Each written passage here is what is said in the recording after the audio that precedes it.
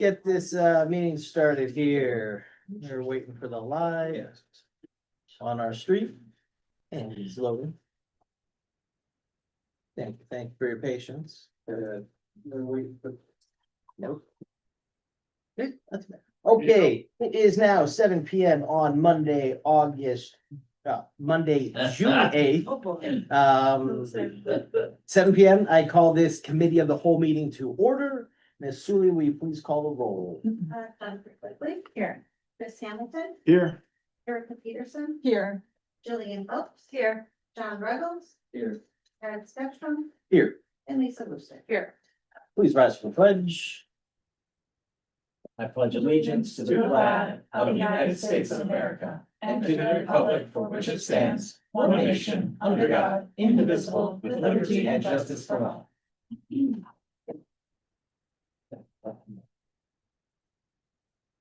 Okay, give a moment. Ms. Sully, do we have any public comments?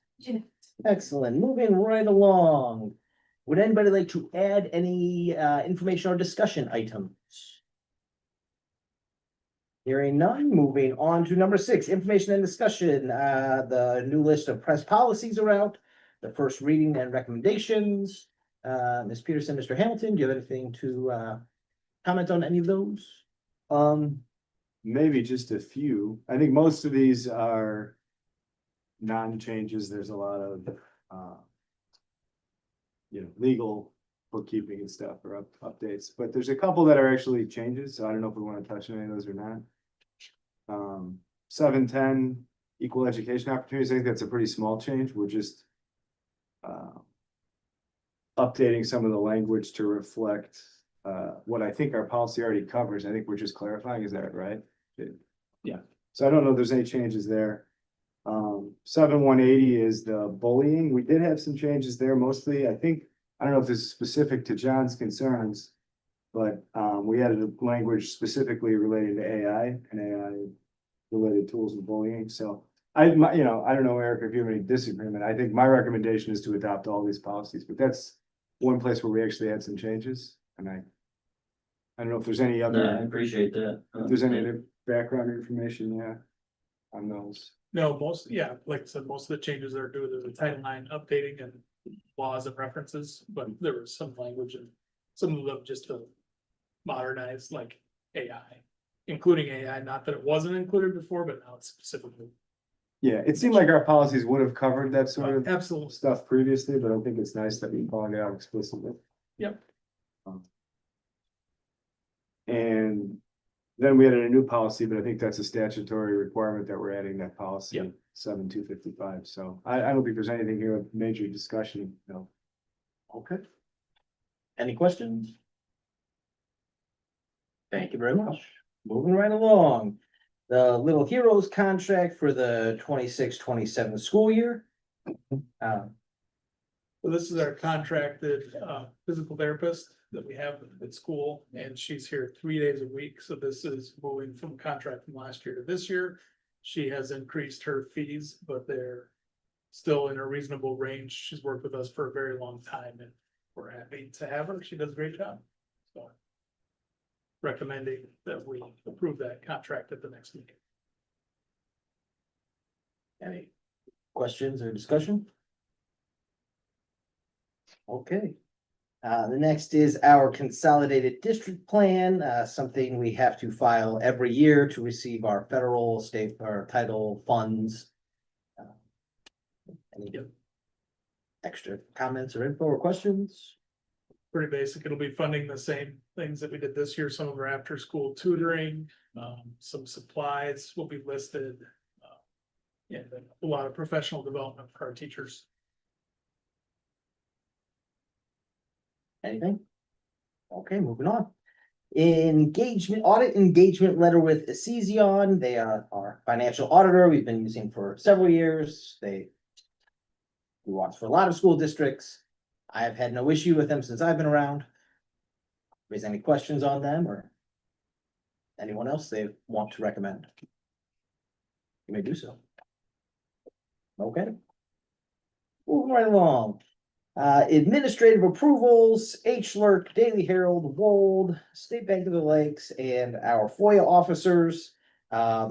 These are all continuation of previous positions or contracts, if you will, so we have to have newspaper on the books for who we do our standard announcements through. We have our bank, our attorneys, and our architects, and our FOIA officers, of course. So no issues with any of them, but if anybody has any recommendations for others they would like to try using, you're welcome to make recommendations. Okay. Moving on, for the Bespoke Community Cooperative Master Intergovernment Cooperative Purchasing Agreement. Ms. Kraft, would you like to speak on this one? Sure. So the district engages with a couple different cooperatives in a way to, for the sole purpose of just saving money and not having to go out for bids on certain things. So we're a part of a couple right now, Omnia and Sourcewell. There's another one that, came to life a year or two ago. It's called Illinois Together. It's hosted or it was created by IASBO, the Illinois Association of School Business Officials. And they're working with Bespoke Community. And basically it's a little bit different and unique, but right now they have a paper contract in it, and in the future, there may be a seal coating contract in it and a photography and yearbook contract in it. So if we join this consortium, we would have access to those lower rates if they are lower than what we're paying now. But the other thing that's really interesting about this and different than the other cooperatives that we participate in is if we can identify another need or some sort of product that other school districts can purchase under this cooperative, we get a kickback of what the other school districts purchased.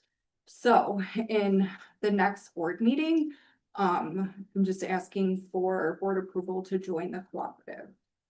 At least, at the very least, just to look at the cost of paper. Are there any costs or downsides to joining the cooperative? No, nope. Nope. Just, and then I think in your board packet, there should be the agreement to join it, but there's no cost associated with it. And do you have, so let's say we want to buy paper. Yep.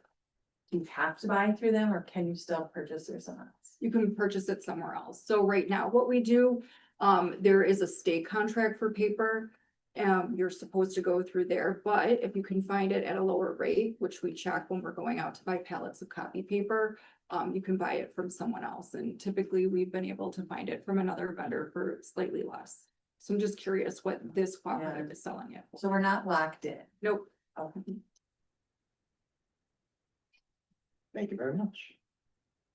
The 2026 impact fees. So, you know, we have a lot of farmland around us and houses get built sometimes.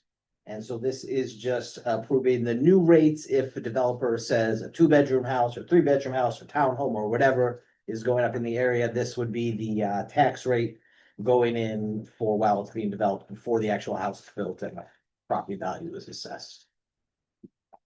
Yeah, so that we should have gotten a paper printout of it. Any questions on that? All right. The superintendent evaluation update, I checked before the meeting, 4 of the 7 of us had completed it, so the due date on there is June 15th. But again, you know, we set our own due dates for that, so if you, for the 3 of us who have not done it, let's get that done and by the 15th, what week? Yeah, do you want to add anything to it? Yeah. I can, Nah, it's I like, can give you highlights of the. nah, we can read it on. All right, excellent. Does anybody have any questions on it? 2026, 2027 district goals, Dr. Lee. So going right after the evaluation, the next step would be now, what do we want to do for next year and for our goals? So. After completing the evaluation, and if you as a board want to discuss that tonight, in closed session, you can. And we can look at the goals, we can do that in open session, look at our goals for last year, so we hit. Our goals on the NWEA from fall to spring, the growth, we hit it at the elementary school. Way past in ELA and math, and just slightly under at the middle school for ELA and math, so, that's. That part, the academic part, we had goals this year for facilities, so we spent a lot of time on facilities. Carly and I presented a lot of information on facilities. We've looked in depth at, what our needs are gonna be next year. We did a lot of research on. Bonds and which type of bonds we should do, and different companies that offer different funding mechanisms. So Carly and I were, especially last fall. Say in November, December.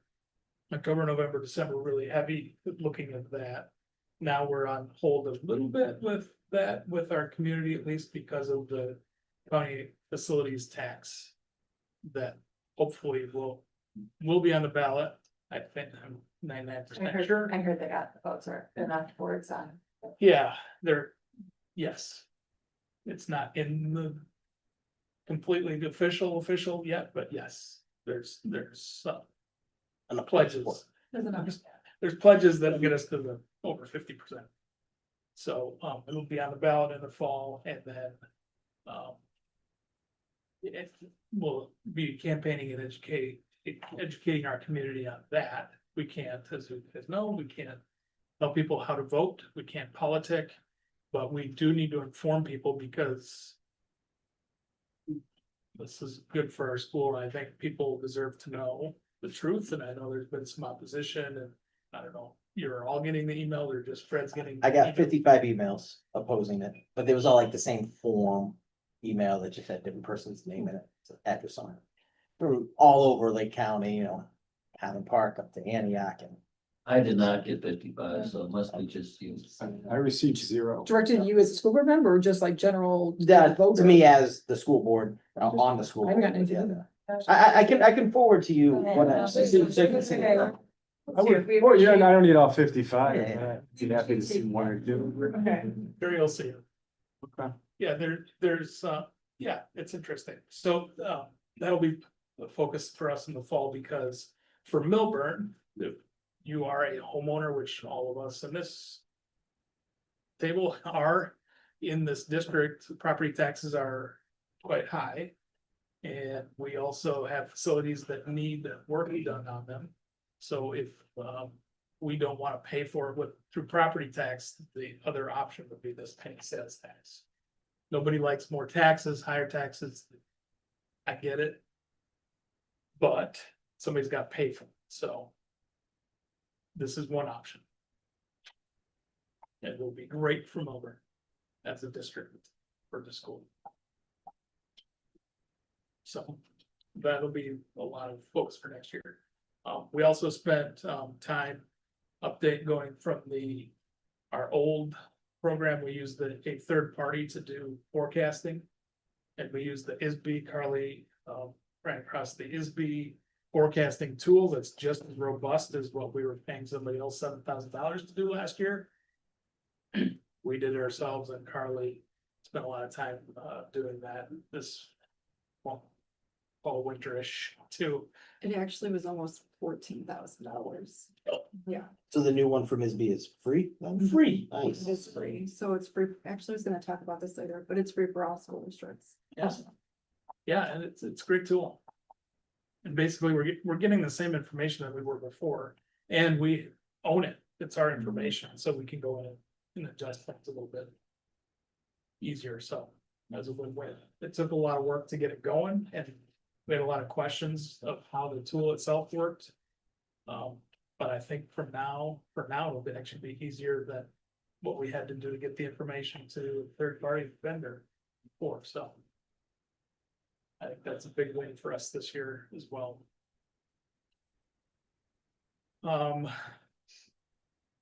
Also, we negotiated contracts, so we have another contract negotiation next year, so we negotiated a contract with the teachers. And we can talk about that in closed session as well today, and then next year we have a paraprofessional union to negotiate moving forward. We balanced our budget this year. It's our 15th year in a row operating a balanced budget. That will not continue, and we've been projecting that since 2018-ish. I thought in 2021 is where we would hit that peak, but actually COVID and reduced expenses in those years and increased federal monies kind of pushed it out a little bit, pushed the whole bubble out till now, and now we're at that top of that roller coaster peak. If not over it, we'll find out at our next audit how close we are. We're okay this year, but next year and moving forward, it'll probably be a little bit tighter. We'll just have to start tightening up, which we're doing in some aspects already. It's just FYI. We focused this year on UDL, Universal Design for Learning. That was a tier 1 classroom initiative to help us instruction wise. We're focused on that group to make sure that every kid in our classes has a great experience, and we'll continue doing that next year. And specifically, more specifically, it looks like we're going to focus on student engagement within the UDL curriculum. The UDL is a massive overview, but just what can we do for student engagement to keep them engaged in class? All right. Thank you very much. Yep, so any feedback you have after doing the evaluation, circling back around.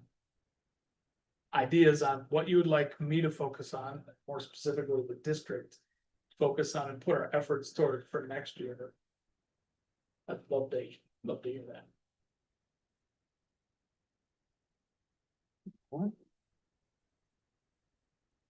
Yeah, so legally, the only aspect that is required for the evaluation is an academic component. And if we don't assign a weight to it, I think it's required to carry at least 60% weighted evaluation, but then we can determine if there's other specific goals we'll focus on. Keep that in mind. All right, any other comments, discussion on district goals? Okay. 26-27 salary rate sheet overall, it's 2.5% for first year and 3% for continuing years across the board. There might be a few exceptions on those overall, but that's the general where those numbers come from. So on the rate on the sheet in front of you, it just has the old rate and the new rate. It doesn't have those percentages, but in the board packet, it would show the percentages. Would you like to make any comments on it? In the board packet sheet, it's front and back. So front is the rates either driven by the PSRP union contract and for subs and office staff, and then the back is existing staff members, what their increase would be. Any comments or discussion on it? And we could also discuss in closed session if you would like as well.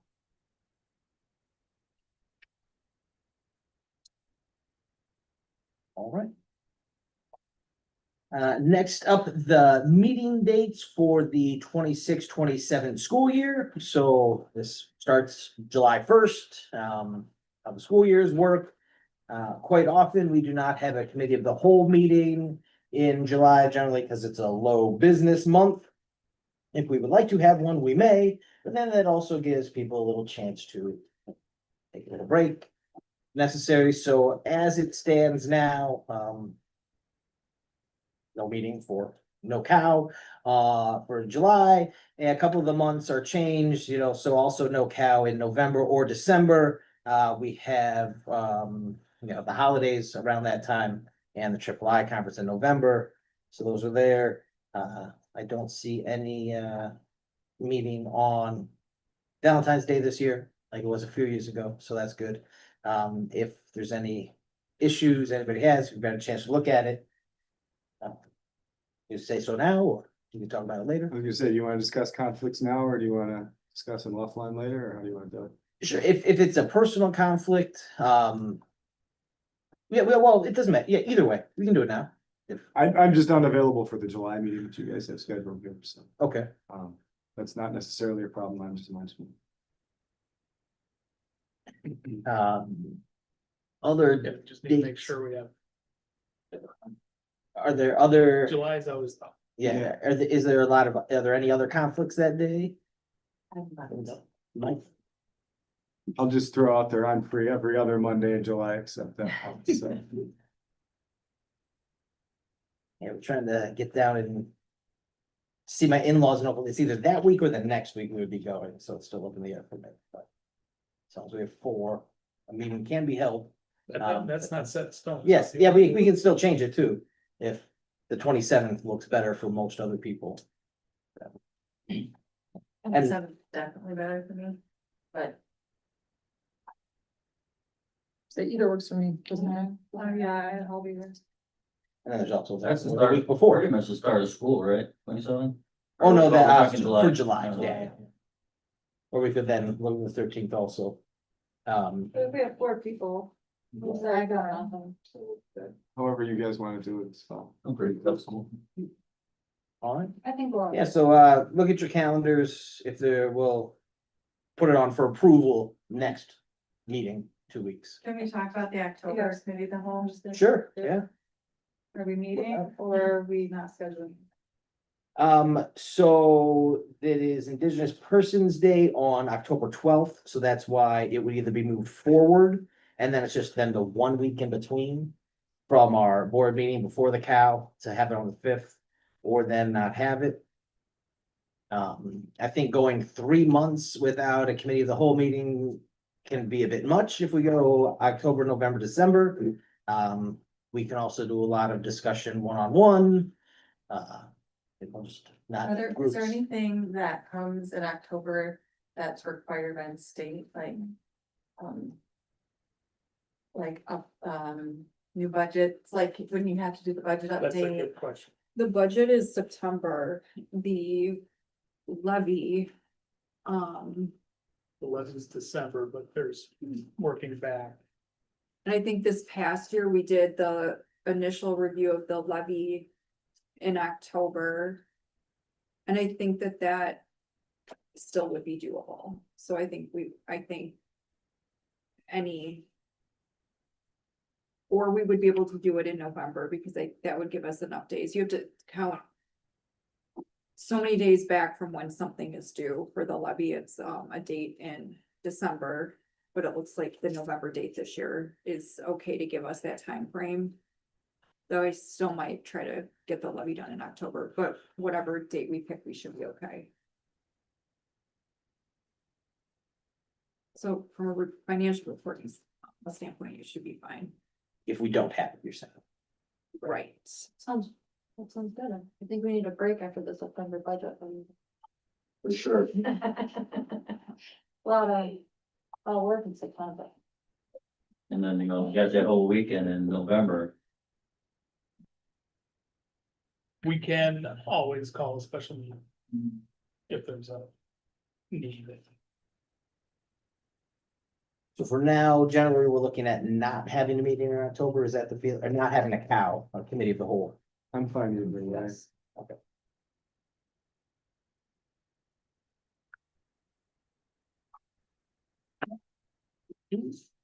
Any other glaring issues people can see right now? I know there's 2 dates that I'll be out of town. I don't know if that matters, but August 10th and September 28th, I know I'll be out. I will also be out August 10th.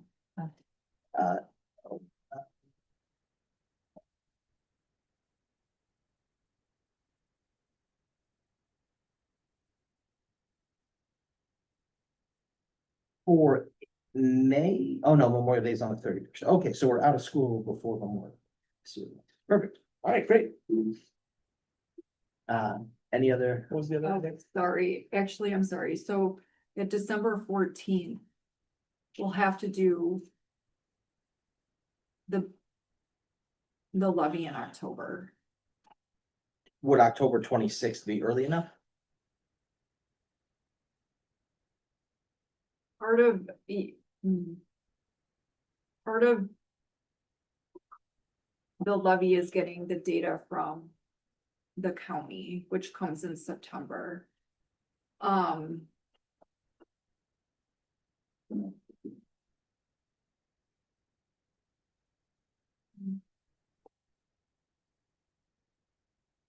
It's all of the newspaper ads and reporting,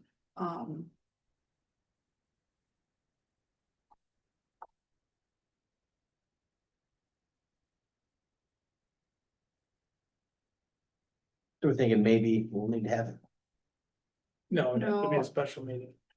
Okay. So, because we have to take action, so town meeting doesn't matter.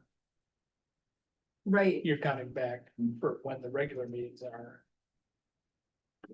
Right, Can we take care of it in September, the 28th? no, the October is fine. we just might not have all the reports back. We might, Time to what review we for need to September. do is, right. I think.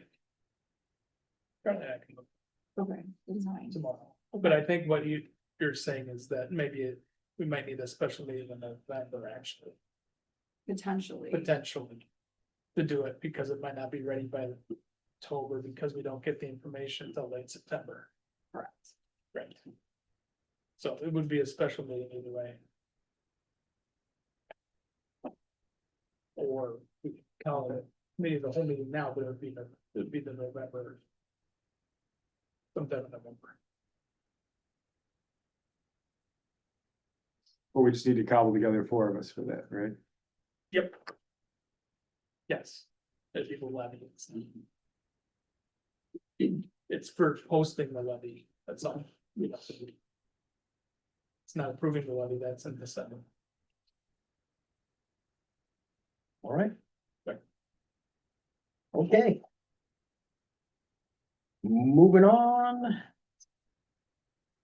The National Investigations Contract, that is who we use to verify residency in district, Illinois state law, public school, we have to live within district borders. There are certain exceptions if you move during the school year, become homeless, things like that. But overall, they'll help verify a residency, looking at whatever data brokers they have access to. A lot of the stuff is done in-house, but then just for the more difficult ones where somebody might need to be sent in person to verify, then they can go do that, so our people don't take that risk. Questions on that, or further? Yeah, we try not to use It costs money. for doing more an money. investigation. Do we currently have anybody, arguing or litigating? Or are we pretty much in Not at the agreement? moment, but it's early. Usually that happens in August when we ask people, are you coming back? And we know they may have moved, We don't have anybody right now, though. not That's pretty today good. that we know of. There's a couple that we have. If there's families we know, like their kids tell us they're leaving. Oftentimes it's children, they say. When at the end of the year, I move it to Oklahoma or something. We flag them just to make sure. And kids don't always know, Right. but oftentimes. That's how we found out. But all the messy ones have gotten resolved. Yeah, oh yeah. Yeah, we cleaned it up pretty well, but it's always changing and there's always people who are trying to. I don't know. They're trying to manage the system for their benefit. If memory serves, I think we're like, the cost was per investigation or some block of It's investigation. an hour, it's an hourly rate, it's $80 an hour. And I assume we feel like we're getting our money's worth out of that cost where we've used it. Yeah, if we, yeah. And it costs us $5 to run somebody like a family. We have 700 families. We don't run all of our families through, Right. but. We take a handful and run them through and it's $5 a shot and they look at a database and if there's information that comes back that says. They live in, all their information is in an address at Waukegan, for example. And no information at the address they're claiming in Lindenhurst, we kind of go, well, you need to prove residency, so then we go through another process. Hmm. So we get an initial sheet back that is all yellow, highlighted yellow of certain families, and then we go from there. And if we know, like if they're my neighbor and I can see them and they're across the street, yes, I know they're the kids and grandma and everybody, I see them every day. We can verify that. If not, then, we just keep asking them for more and more information to show me, you have to provide some evidence that you live there. Something, and so that's what we do. If we have to, we use an investigator, but we try not to. Much better and safer than how we used to do it. Well, I went last summer and knocked on someone's door, Did you? but I knew them. You don't live there, it's fine. All right. Comments or questions on the NIC? Okay, I have, I have, two more. Items, actually, I'm sorry, I should have added them. Quite all right. But they were on my back page. all the, do we approve of Dr. Lynn's addition of information items? Yes. Okay. Yes. You make it seem like. Okay, the 25-26 calendar needs to be approved because we had a e-learning day, so. Veronica will put the approval through the state system. 26-27 calendar that we already approved. Can be modified next year. We do not have to take election day. The law did not pass this year, so. Election day, we can be in school on election day where we couldn't in the past. So my suggestion is to do that because it's kind of just a weird week. We have conferences that week. We have an early dismissal, then we have Tuesday off. Weird, and it's hard on families. So my suggestion would be to approve calendar, and now we can pick a day. And end the school year earlier, build in a snow day.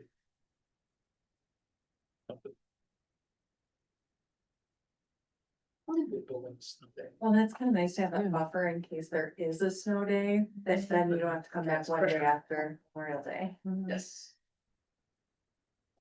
So we could pick a random day in April and say, if we don't use it, you have a day off, if we need to, it'll be a snow day. We just put an emergency day in the calendar in the middle of the year. You can do that. I thought they took away the ability to do that. Think so.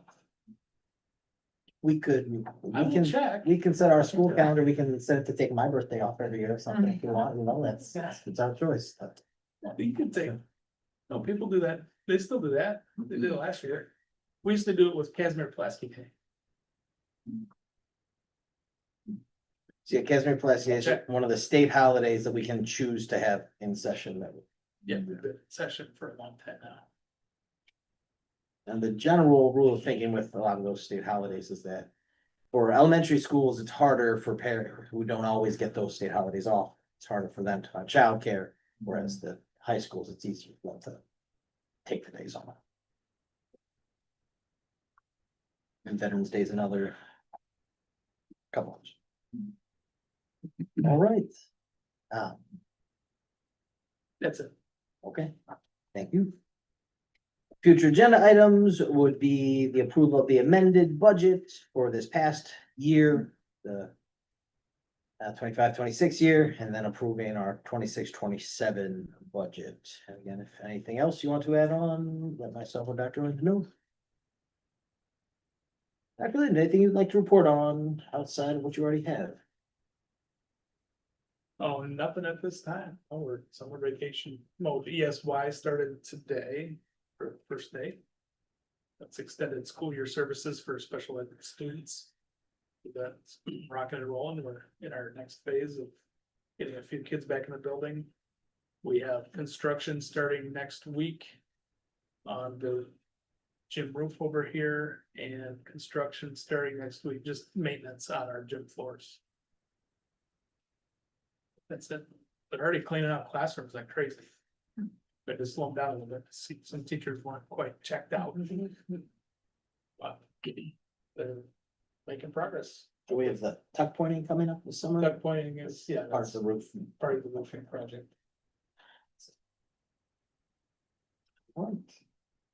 Ms. Kraft, anything else you'd like to add? Just a couple quick things. So the next board meeting will have a special hearing for the budget amendment approval.